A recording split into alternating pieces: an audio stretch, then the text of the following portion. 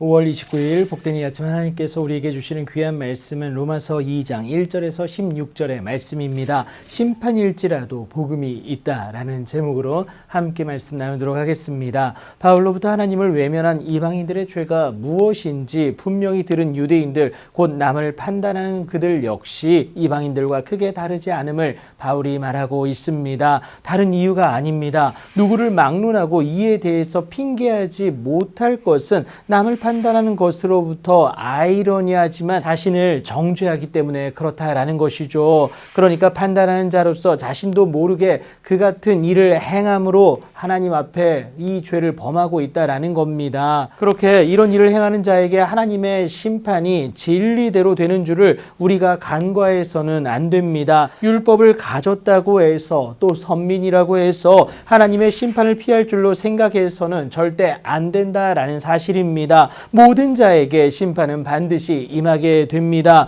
심판주로 임하실 우리의 주인이 우리에게 맡기신 일이 있고요. 그것을 결산할 때가 반드시 찾아온다라는 의미입니다. 그럼에도 하나님의 인자하심이 우리를 인도하여 회개하게 하심을 알지 못한다면 그의 인자하심과 용납하심과 길이 참으심이 풍성함을 멸시하는 것밖에 되질 않습니다. 그럼 당연히 그의 진노의 당사자가 될 수밖에 없어요.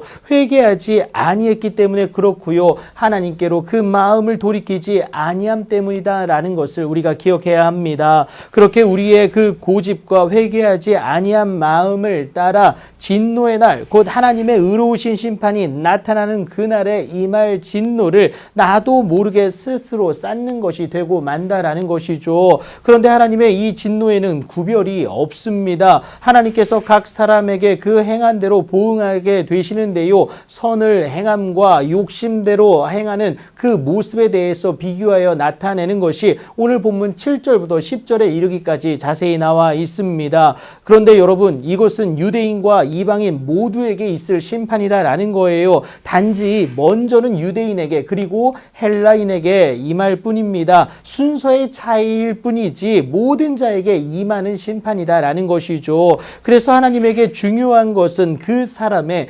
중심이다라는 겁니다. 그러니까 하나님을 향한 그 마음이 있느냐의 모습이다라는 거예요. 오늘도 욕심에서 돌이켜 하나님을 향한 그 온전한 마음을 하나님은 기뻐 받으십니다. 그런데 이 마음은 반드시 말로 또 행위로 드러나게 된다라는 거예요. 그래서 각 사람의 행위대로 심판하시게 되는 것인데요. 그렇다고 율법이 기준일 수는 없습니다. 율법 없이 범죄한 자는 또한 율법 없이 망하고요. 무릇 율법이 있고 범죄한 자는 율법으로 말미암아 심판을 받기 때문에 그런데요. 오직 율법을 행하는 자라야 의롭다 하심을 얻을 수가 있다라는 겁니다. 그런데 우리로서는 이 율법을 완전히 행할 수 있는 그 능력 자체가 없습니다. 율법으로는 의에 이를 수 없다는 결론이 내려지는데요. 율법은 그저 하나님 보내신 그리스도께로 인도하는 초등교사일 뿐이다라는 것이죠. 예수가 필요할 수밖에 없음을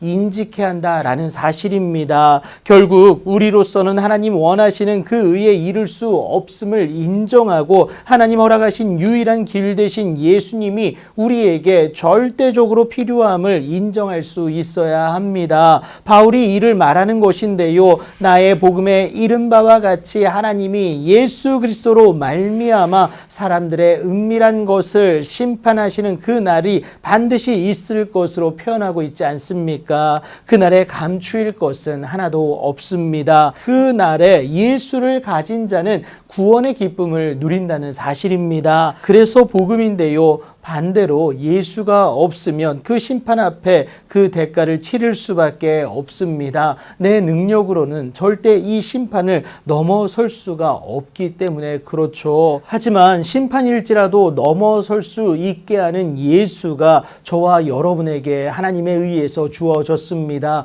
이것이 복음입니다. 그 예수를 온전히 붙잡음으로 인하여서 아무리 어렵고 힘든 심판일지라도 복음의 은혜로 말미암아 넉넉히 넘어서는 그 구원의 은혜, 그 기쁨을 누려낼 수 있는 여러분들의 복된 삶이 되길 예수님의 이름으로 축복합니다.